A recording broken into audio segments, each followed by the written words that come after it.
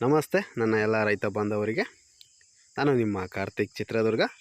ಮೊದಲನೇದಾಗಿ ನನ್ನ ಚಾನಲ್ ಯಾರ್ಯಾರು ನೋಡ್ತಿದ್ದೀರೋ ದಯವಿಟ್ಟು ಎಲ್ಲ ಸಬ್ಸ್ಕ್ರೈಬ್ ಮಾಡ್ಕೊಂಡು ನೋಡಿ ಅಂತ ಹೇಳ್ತಾ, ಅಡಿಕೆ ತೋಟ ಇವತ್ತಿನ ದಿನಗಳಲ್ಲಿ ಸ್ವಲ್ಪ ಹೆಚ್ಚಿಗೆ ಕೃಷಿಯನ್ನು ಮಾಡ್ತಾ ಇರ್ತಕ್ಕಂಥದ್ದು ಆಗಿದೆ. ಇದು ವಾರ್ಷಿಕ ಬೆಳೆ ಕೂಡ ಆಗಿದೆ.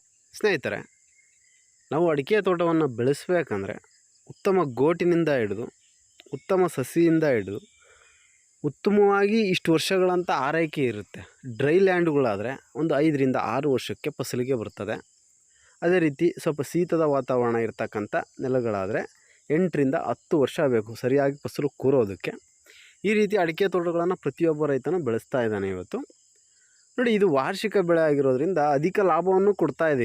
ಇವತ್ತು ಅಡಿಕೆ ಬೆಲೆ 55ರಿಂದ 60 ಸಾವಿರ ತನಕ ನಡೀತಾ ಇದೆ ಉತ್ತಮವಾಗಿ. ನೋಡಿ, ಪ್ರತಿಯೊಬ್ಬರು ಈ ಸಮಯದಲ್ಲಿ ಉತ್ತಮವಾಗಿ ಫಸಲು ಕಟ್ತಾ ಇರತಕ್ಕಂಥ ಸಮಯ ಕೂಡ ಆಗಿದೆ.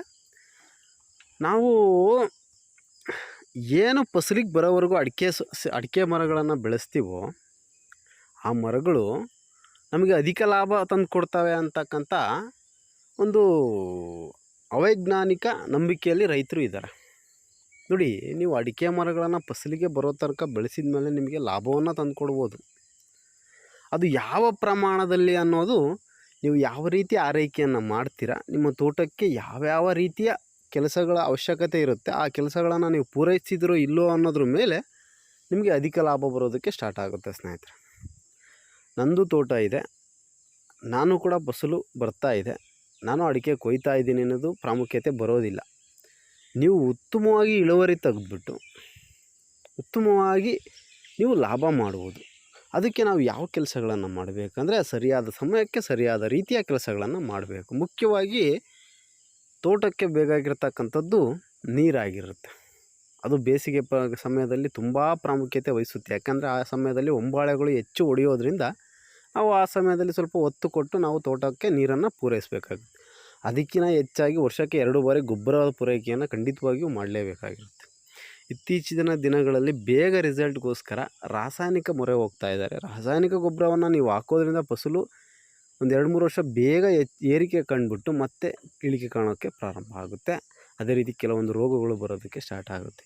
ಹೆಚ್ಚು ರಾಸಾಯನಿಕ ಗೊಬ್ಬರವನ್ನು ಬಳಸಬೇಡಿ. ಸಾಧ್ಯವಾದ ಮಟ್ಟಿಗೆ ವರ್ಷಕ್ಕೆ 2 ಬಾರಿ ಆದರೆ ಒಂದು ಅರ್ಧ ಬಾಣಲಿನೇ ಆಗಲಿ ಒಂದು ಮರಕ್ಕೆ ಕೊಟ್ಟಿಗೆ ಗೊಬ್ಬರವನ್ನು ಪೂರೈಕೆ ಮಾಡೋದಕ್ಕೆ ಪ್ರಾಮುಖ್ಯತೆಯನ್ನು ಕೊಡ್ರಿ. ಸಾಧ್ಯವಾಗಲಿಲ್ಲ ಅಂದರೆ ಕೆಲವೊಬ್ಬ ರೈತರು ಏನು ಮಾಡ್ತಾರೆ, ನವೆಂಬರ್ ತಿಂಗಳಲ್ಲೇ ಹಾಕಿಸ್ತಾರೆ.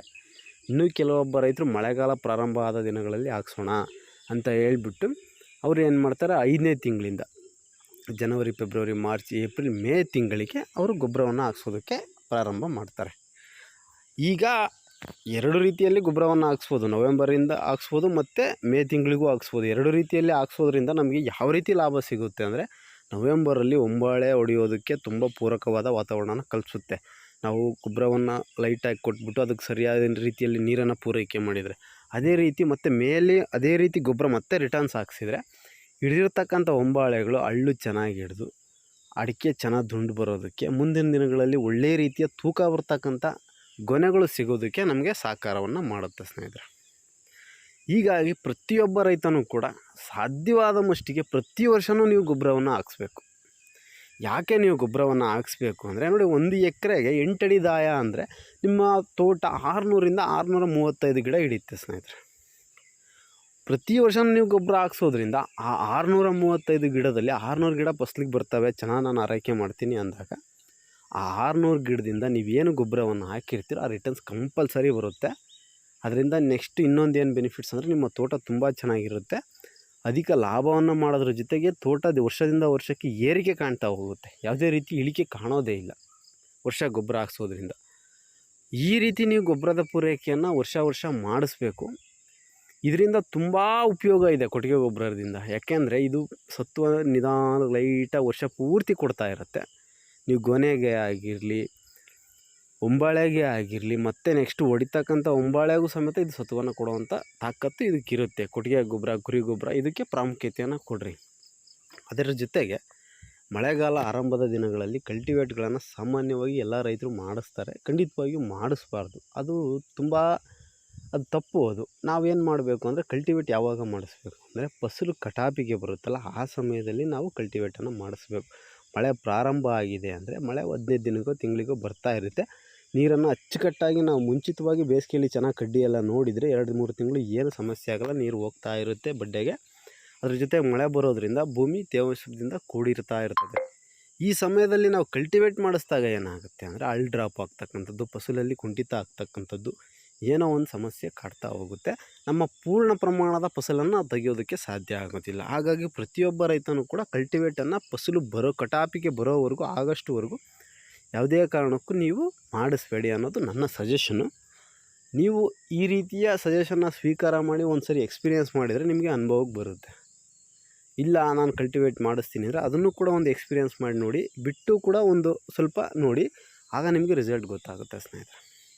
ನಾವು ಅಡಿಕೆ ತೋಟವನ್ನು ಹೊಂದಿದ್ವಿ ಅನ್ನೋದು ಇಂಪಾರ್ಟೆಂಟ್ ಆಗೋಲ್ಲ. ಎಷ್ಟು ಎಕರೆ ನಾವು ಅಡಿಕೆ ತೋಟವನ್ನು ಎಷ್ಟು ಎಕರೆನ ಎಷ್ಟು ಅಚ್ಚುಕಟ್ಟಾಗಿ ಆರೈಕೆಯನ್ನು ಮಾಡ್ತಿದ್ದೀವಿ, ಎಷ್ಟು ಉತ್ತಮವಾಗಿ ಫಸಲನ್ನು ತೆಗಿತಿದ್ವಿ, ನಾವು ಎಷ್ಟು ಚೆನ್ನಾಗಿ ಲಾಭ ಮಾಡ್ತಿದ್ದೀವಿ ಅನ್ನೋದು ನಾವು ತೋಟ ಹೊಂದಿರ್ತಕ್ಕಂಥದ್ರ ಮೇಲೆ ಡಿಪೆಂಡ್ ಆಗಿರುತ್ತೆ ಸ್ನೇಹಿತರೆ. ಕೆಲವೊಬ್ಬ ರೈತರು 5 ಎಕರೆ ತೋಟ ಹೊಂದಿ 3 ಎಕರೆ ತೆಗಿತಕ್ಕಂಥ ಫಸಲನ್ನು ತೆಗಿತಾರೆ. ಕೆಲವೊಬ್ಬರು 3 ಎಕರೆ ಹೊಂದಿ 5 ಎಕರೆ ತೆಗಿತಕ್ಕಂಥ ಫಸಲನ್ನು ತೆಗಿತಾರೆ. ಯಾಕೆ ಅಂದರೆ ಅಲ್ಲಿ ಆರೈಕೆಯಲ್ಲಿ ವ್ಯತ್ಯಾಸಗಳಿರ್ತವೆ. ಈ ಮನುಷ್ಯ ಪ್ರಾಪರಾಗಿ ಕೆಲಸ ಮಾಡ್ತಾನೆ, ಸರಿಯಾದ ರೀತಿಯಲ್ಲಿ ಕೆಲಸ ಮಾಡಿದಾಗ ಸರಿಯಾದ ರೀತಿಯಲ್ಲಿ ರಿಸಲ್ಟ್ ಬರುತ್ತೆ.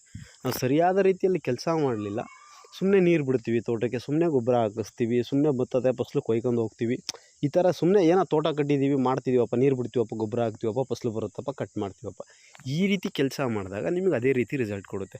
ಇಲ್ಲ ನಂದು ಅಡಿಕೆ ತೋಟ ಇದೆ, ಈ ತಿಂಗಳು ಈ ಕೆಲಸ ಮಾಡ್ತೀನಿ, ನೆಕ್ಸ್ಟ್ ತಿಂಗಳು ಈ ಕೆಲಸ ಮಾಡ್ತೀನಿ, ಅದ್ರ ನೆಕ್ಸ್ಟ್ ತಿಂಗಳು ಈ ರೀತಿ ಕೆಲಸ ಮಾಡ್ತೀನಿ, ಇದು ಅವಶ್ಯಕತೆ ಇದೆ, ಇದು ಯಾಕೆ ಈ ರೀತಿ ಆಗಿದೆ, ಈ ರೀತಿ ಇಂಪ್ರೂವ್ಮೆಂಟ್ ಮಾಡ್ಕೋಬೇಕು ಅನ್ನೋ ನಾವು ಶಿಕ್ಷಣವನ್ನು ಪಡ್ಕೊತ ನಮ್ಮ ತೋಟವನ್ನು ನಾವು ಆರೈಕೆಯನ್ನು ಮಾಡಿದ್ದೇ ಆದಲ್ಲಿ ಖಂಡಿತವಾಗಿಯೂ ಉತ್ತಮವಾದ ರಿಸಲ್ಟು ವರ್ಷದಿಂದ ವರ್ಷಕ್ಕೆ ಏರಿಕೆ ಆಗ್ತಾ ಇದೆ ಸ್ನೇಹಿತರೆ.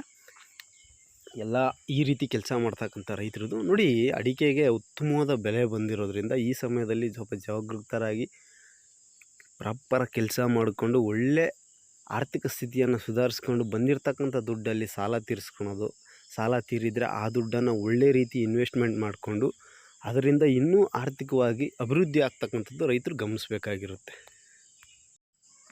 ಈ ರೀತಿ ನೀವು ಎಲ್ಲ ತೋಟಗಳನ್ನು ಅಚ್ಚುಕಟ್ಟಾಗಿ ಆರೈಕೆಯನ್ನು ಮಾಡಿ ನಿಮ್ಮ ತೋಟದಲ್ಲಿ ಉತ್ತಮವಾದ ರಿಸಲ್ಟನ್ನು ಪಡಿಬೇಕನ್ನೋದಷ್ಟೇ ನನ್ನ ಆಶಯ ಆಗಿರುತ್ತೆ.